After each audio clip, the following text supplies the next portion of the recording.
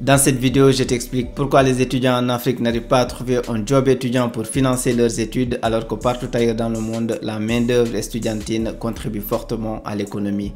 Je te présente également 5 jobs étudiants avec un capital départ nul ou faible pour t'en sortir financièrement. Bonjour, c'est Mamadou de Choisir sa voie, la chaîne dédiée au conseil et orientation des élèves et étudiants. Tout le monde le sait, ce n'est pas facile d'être étudiant en Afrique. Déjà que les conditions d'études sont catastrophiques, en plus de cela, les étudiants ont un avenir incertain avec le chômage comme principal employeur. D'un côté, il y a les plus chanceux qui, avec une petite bourse et l'aide de la famille, arrivent à vivre avec le minimum. De l'autre côté, il y a toi. Tu es livré à toi-même, tu travailles bien pour obtenir ton diplôme, mais tu as du mal à vivre au jour le jour. Mais pourquoi tu ne trouves pas un job étudiant? Alors que si tu étais en Europe ou en Amérique, tu financerais toi-même tes études et tu aurais même de quoi aider ta famille à rester au pays. Voici quelques raisons. La première, c'est que tu te dis que tu n'as pas le temps. Après les cours, tu dois réviser pour préparer les contrôles et les examens. En conséquence, tu te dis qu'un petit boulot en plus avec tout ce que tu as à faire en cours aura un impact négatif sur tes résultats. La deuxième raison, c'est que tu te dis que le chômage touche tout le monde en Afrique, ce qui est vrai, que même les diplômés n'arrivent pas à trouver un emploi. Donc en tant qu'étudiant, comment tu vas faire pour en trouver? En plus, tu ne connais pas beaucoup de personnes qui travaillent et qui étudient en même temps. Donc tu vas te contenter de l'aide de l'État et de l'aide de ta famille pour t'en sortir. Tu vas donc abandonner avant même d'avoir commencé. Tu te dis qu'il n'y a pas assez de boulot pour tout le monde, ou du moins qu'il n'y a pas assez de boulot pour tous les étudiants. En plus de cela, c'est beaucoup d'efforts avec un petit salaire, donc ça ne vaut pas le coup.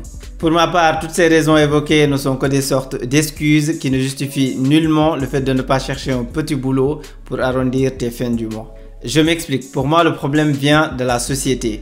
Un étudiant en Afrique est soumis aux mêmes contraintes qu'un étudiant en Europe ou en Amérique.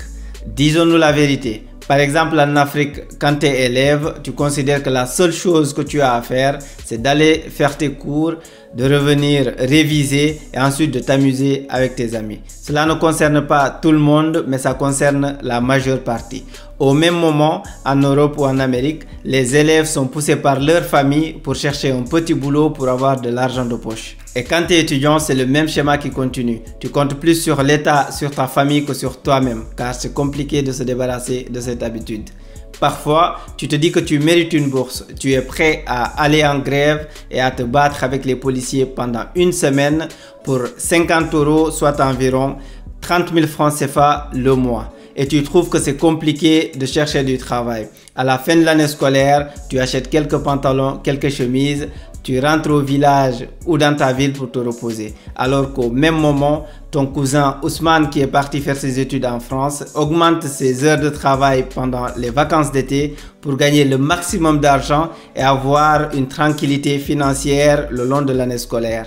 Je ne te parle évidemment pas de ceux qui vont rentrer au village pendant les grandes vacances pour travailler au champ, ni de ceux qui vont gérer l'épicerie familiale pendant ces mêmes grandes vacances. Je te parle de ce que fait la majorité. Je suis évidemment d'accord que c'est plus compliqué de trouver un job étudiant en Afrique qu'en Europe. Mais c'est quand la situation est plus difficile que tu dois faire plus d'efforts pour t'en sortir. Quand tu es au fond du trou, la seule chose que tu dois faire, c'est de remonter. Après avoir évoqué toutes ces raisons, passons maintenant aux solutions. Si tu as envie de t'en sortir, voici des opportunités que tu pourras saisir pour arrêter de dépendre de ta famille ou de l'État. Je vais te présenter 5 jobs étudiants qui vont te permettre de t'en sortir financièrement. Le job étudiant numéro 1 que je te conseille est la livraison. Les services de livraison sont de plus en plus répandus en Afrique. Tu peux t'inscrire sur des plateformes comme TchakTchak au Sénégal, Ficasso au Mali ou Glovo en Côte d'Ivoire et proposer tes services. Tu peux te rendre disponible les soirs et les week-ends pour travailler ou à certaines heures de la journée, car dans ce secteur, les horaires sont flexibles. Certaines de ces plateformes mettent à disposition des livreurs des scooters. À défaut, tu peux soit acheter, louer ou emprunter. L'avantage de ce secteur, c'est qu'il n'y a pas de capital de départ, ou sinon il est faible ou quasi nul. Si tu loues ou si tu empruntes auprès d'un ami, ton capital de départ tourne autour de 5 000 francs ou 10 000 pour démarrer. Ma conviction, c'est que la livraison est un domaine dynamique qui va continuer à se développer et qu'il doit être contrôlé par les étudiants, car c'est comme ça que cela se passe un peu partout dans le monde. Le job étudiant numéro 2 que je te conseille, c'est de donner des cours de renforcement. Comme beaucoup, tu as une matière dans laquelle tu excelles, que tu comprends bien, que tu arriveras à expliquer à quelqu'un avec un peu de préparation. Propose des services autour de ce sujet à travers les réseaux sociaux, mais également en faisant du porte-à-porte. Si tu arrives à avoir 7 élèves par exemple qui paient chacun 10 000 francs, ça te fait 70 000 francs le mois, soit environ 100 euros. L'avantage, c'est que tu n'as pas besoin de capital de départ pour démarrer. Le job étudiant numéro 3 que je te conseille, ce sont les services de nettoyage.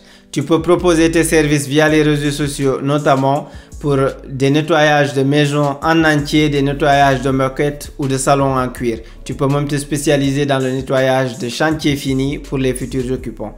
Si tu trouves que tout seul c'est compliqué de le faire, tu peux te trouver un binôme, un collègue de classe avec qui tu vas le faire. Tu n'as pas besoin de beaucoup d'argent pour démarrer, juste d'une somme de 10 000 ou 15 000 pour acheter les produits et pour démarrer ton activité. Cela peut te rapporter jusqu'à 40 000 ou 50 000 en fonction de la taille du chantier, si c'est un chantier à part entière. Donc, un seul service, tu peux gagner jusqu'à 50 000 francs.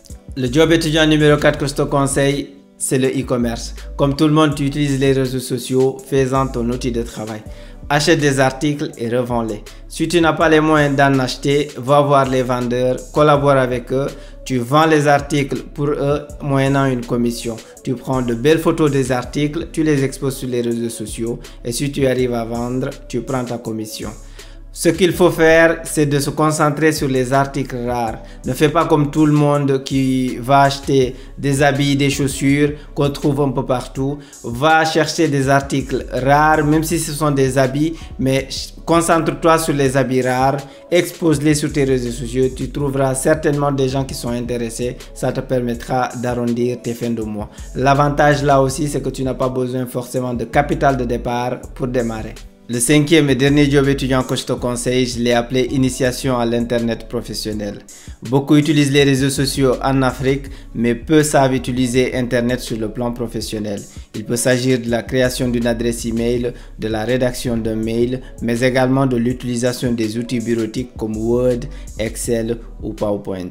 Tu as un ordinateur, tu peux élargir tes compétences autour de ces sujets et proposer aux gens de les former autour de l'internet professionnel. C'est un réel marché, par exemple pour les adresses email lors des campagnes d'orientation des nouveaux bacheliers notamment, on se rend compte que la plupart des élèves n'ont pas d'adresse email, mais le pire c'est qu'ils demandent de l'aide pour en ouvrir. Donc le marché il existe, à toi de trouver la formule pour proposer des services autour de ces sujets-là et de gagner un peu d'argent. L'avantage là aussi c'est qu'il n'y a pas besoin d'avoir un capital de départ pour démarrer.